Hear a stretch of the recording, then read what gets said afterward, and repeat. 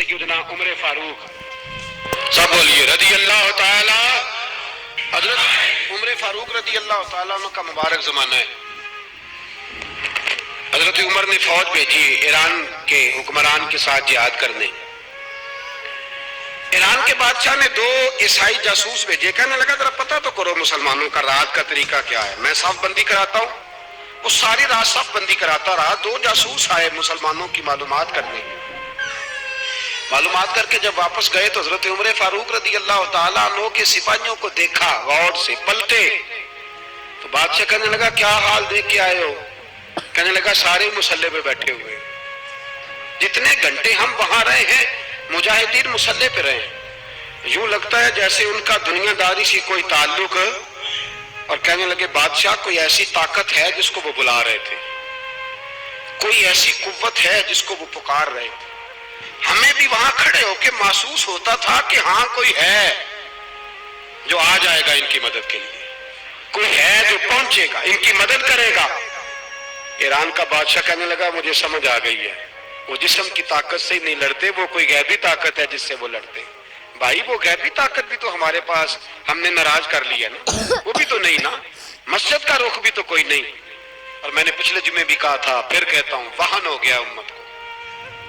نبی پاک نے فرمایا امت کو وہ کیا ہے، دنیا سے محبت ہو گئی ہے، موت سے کراہت ہو گئی، وہن ہے۔ صحابہ کرام کو موت سے بڑا پیار تھا، موت سے بڑی محبت کر، ہماری طرح نہیں۔ وہ کہتے تھے مریں گے تو منو مٹی، تو وہاں ٹھیک ہے عذاب قبر حق ہے، لیکن میں کہا کرتا ہوں سالوں کے بعد جو پردیس سے ماں کے پاس آئے، ماں اسے عذاب نہیں دیتی، اس کا ماتھا چوما کرتی ہے۔ اور بھائی جو رب کریم کی بارگاہ میں جائے گا تیرا کیا خیال ہے، گل سڑ جائے گا؟ مدینے والے حبیب نے فرمایا قبر المومن روضۃ من ریاض الجنہ، فرمایا میرا مومن جب قبر میں جاتا ہے تو اللہ جنت کے سارے دروازے کھول دیتا ہے، وہ تو اللہ کی رحمت میں پہنچتا ہے۔ کون کہتا ہے مومن مر گئے، وہ تو قید سے چھوٹے اپنے گھر گئے۔ کون کہتا ہے قبر میں عذاب ہے تو صرف عذاب ہی ہے، ہاں مجرم کو سزا ملے گی، لیکن مومن ہمیشہ جہنم میں، وہ بالآخر جنت میں جائے گا، بالآخر جنت میں جائے گا۔ اور کسی درویش نے بات کی، وہ کر کے چلے گئے، پر کمال ہی کر گئے، کہنے لگے دوزخ میں میں تو کیا، میرا سایہ نہ جائے گا، کیونکہ رسول پاک سے دیکھا نہ جائے گا۔ نبی پاک سید عالم علیہ السلام کے غلام تو دیکھو نا، ساری زندگی عمر فاروق، بخاری پڑھو تو صحیح، ساری زندگی عمر ہر نماز کے بعد کہتے تھے اللہم ارزقنا شہادت فی سبیلک، اللہ بسترے پہ موت نہ دینا، موت مجھے شہادت کی دینا۔ حضرت سیدنا مولا علی شیر خدا کرم اللہ تعالیٰ وجہ الکریم ساری زندگی کہتے رہے اللہ، علی نے میدان میں عمر گزاری ہے، اسے شہادت کی موت عطا فرما۔ وہ بھائی یہ تو شہادتیں مانگنے والے۔ حضرت امام حسین میدان کربلا میں کھڑے تھے، شمر کہنے لگا حسین تیری چاروں جانب موت ہے، تو آپ فرمانے لگے تجھے ابھی ہمارا پتہ ہی نہیں، موت سے تو ہمارا پیار چلتا ہے۔ اور فرمایا یہ شہادت تو ہمارا پیچھا کرتی ہے، پہنچ جاتی ہے جہاں ہم ہوتے ہیں، موت سے ڈرا رہا ہے۔ مسلمان کا مرنے کو دل نہیں کرتا، ورنہ وہ اتنی بڑی کوٹھی میں کون رہے گا؟ مرنے کو دل اس لیے نہیں کرتا کہ وہ تو 6 کروڑ 10 کروڑ ڈالر لوٹ کے رکھے، مر گئے تو کھائے گا کون؟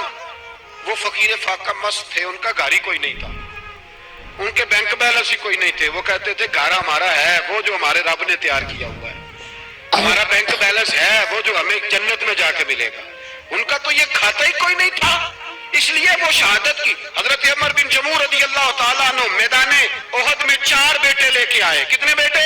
بول کے بتائیں، 4 بیٹے لے کے عمر بن جموع آئے، اور خود ایک ٹانگ سے لنگڑے سے آپی ہے، ٹانگ چھوٹی ہے۔ حضور کے سامنے کھڑے ہوئے کہا محبوبہ میرے 4 ہی تھے، میں 4 لے آیا ہوں، قبول کر لیں۔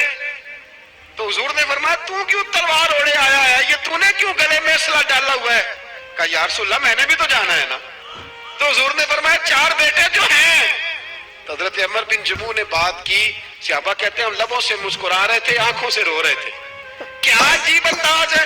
حضور نے فرمایا عمر 4 بیٹے جو آ گئے تو رہنے دے۔ تو حضرت عمر رو پڑے، کہنے لگے محبوبہ کیا لنگڑے جنت میں نہیں جائیں گے؟ کیا حضور میں لنگڑا ہوں تو میرے لیے جنت کوئی نہیں؟ میرے حبیب پاک سید عالم صلی اللہ علیہ وسلم نے فرمایا عمر تو ضرور جنت میں جائے گا. کہا محبوبہ پھر بچے بعد میں جائیں گے, میں پہلے میدان میں جاؤں گا. ایک بی بی 4 بیٹے لے کے آئی احد میں. کہا محبوبہ کل کمائی تھی میں لے آئی ہوں, میرے پاس کوئی اور شے ہوتی تو میں بچا کے نہ رکھتی. بیٹے دے کے نا حاضری لگوا کے تو واپس دروازے پہ لے گئی. تو حضرت سیدنا عبداللہ ابن عمر فرماتے ہیں بی بی بول رہی تھی تو میرا جذبہ جہاد بڑھ رہا تھا. اپنے بیٹوں کو کہنے لگی میں تمہیں حضور کے پاس چھوڑ کے جا رہی ہوں, جب تم میدان میں گرو گے تو میں تمہیں دیکھنے آؤں گی. دیکھنا تمہاری پشت پہ کوئی زخم نظر نہ آئے, جتنے تیر کھانے ہوئے سینے پہ کھانا, جتنے تلواروں کے نیزوں کے زخم برداشت کرنے ہوئے یہاں کھانا, پشت پہ زخم نظر نہ آئے. حضرت عبداللہ ابن عمر فرماتے ہو بی بی کی گفتگو میرا جذبہ جہاد بڑھا رہی تھی. ایک بی بی 3 سال کا 4 سال کا بیٹا لیے رو رہی ہے, احد کا دن ہے. سہیلیاں پوچھتی ہیں تو کیوں روتی ہے؟ وہ کہتی ہے دیکھو میرا خامد بھی بدر میں شہید ہو گیا, بھائی اور باپ بھی. دل کرتا ہے کوئی جوان بیٹا ہوتا تو آج مصطفیٰ کے ساتھ اسے ہی بھیج دیتی. کوئی جوان میرے پاس ہے ہی 3 سال کا تو کیا کروں, 3-4 سال کا بچہ کیا کرے گا؟ پتہ نہیں کیا دلیل آئی. اچانک اٹھی, بیٹے کو سینے سے لگایا, کپڑا ڈالا, مسجد نبوی پہنچ گئی. حضرت بلال کہتے ہیں مجھے ملی, کہنے لگی بلال مجھے پتہ ہے حضور تیاری کرا رہے ہیں جنگ کی, پر 2 منٹ اگر میری ملاقات ہو جائے. بلال حبشی کہنے لگے حضور ہم ایک بی بی ضد کر رہی ہے. حضور باہر آئے, کہنے لگی حضور میں فلاں کی بیٹی, فلاں کی بہن, فلاں کی بیوہ ہوں, میں نے بدر میں 3 شہید دیے ہیں, اب میرے پاس یہ 3 سال کا لال ہی بچا ہے, بڑا فخر ہے میرا. لوگ مجھے شہید کی بیوہ, شہید کی بیٹی, شہید کی بہن کرتے, دل کرتا ہے شہید کی اماں بھی کہیں جاؤں تو میرا بیٹا لے لے. سیدنا بلال کہتے ہیں حضور مسکرائے, کہنے لگے یہ 3 سال کا نونہال کیا کرے گا؟ کہتے ہیں اماں کا عجیب جذبہ ہے. کہنے لگی محبوبہ سنا ہے اسلحہ بھی تھوڑا ہی ہے, ڈھالیں زیادہ کوئی نہیں, میرا بیٹا ساتھ رکھ لیں, جب آپ کی طرف کوئی تیر آیا نا تو میرا بیٹا ڈھال کے اس کو ڈھال بنا کے آگے کر دینا. محبوبہ ڈھال تو بن ہی سکتا ہے نا. حضرت بلال فرماتے ہیں مصطفیٰ کریم نے فرمایا جا میں نے قبول کیا, قیامت کے دن بیٹا گھر لے جا, جب تیرا نام پکارا جائے گا تو شہید کی اماں کہہ کے پکارا جائے گا, جا تو گھر لے جا. کہتے ہیں چلتے چلتے ایک غریبنی اور آ گئی, اتنی سی ہڈی بان کی, اتنی سی. بلال حضور سے ملاقات ہو جائے گی. نبی پاک آ گئے, کہا محبوبہ یہ غلبہ اسلام میں میرا بھی حصہ ڈال لے. حضور نے فرمایا یہ کیا ہے؟ کہنے لگے حضور خامد فوت ہو گیا, اولاد اللہ نے بے نیازی سے دی نہیں, سویرے چرخہ کاٹ کے رزق حلال کھاتی ہوں, میرے پاس نا یہ اتنا سا بان ہے, ایک گھوڑے کی لگام بن جائے گی. محبوبہ حصہ تو ڈال جائے گا نا دین کے لیے, میری قبولیت ہو جائے گی. میرے حبیب نے ہاتھ اٹھائے اور دعا مانگی, کہے اللہ جتنا تو میدان کے مجاہدوں کو اجر عطا فرمائے اتنا اس غریبنی کو بھی عطا فرما, اتنا اسے بھی دینا. بھائی یہ جذبے تھے, یہ رنگ تھا, اس لیے کافر گھر میں بیٹھ کے کانپا کرتا تھا. اب اسے پتا ہے یہ اسی والی کار سے نہیں نکل سکتے, اسے پتا ہے کہ ہم نے انہیں بوتل پہ لگا دیا ہے, اب یہ پیپسی مرینڈا اور یہ پی کے کھانے کے ساتھ تو یہ مست رہتے ہیں, اب یہ نہیں نکل سکتے گھر سے. ہم نے انہیں ان چیزوں پہ لگایا ہے جو ان کے وجود کو کھوکھلا کر رہی, اب کیسے میدان میں نکلیں گے؟ وہ اس لیے نہیں ڈرتا کہ وہ تیری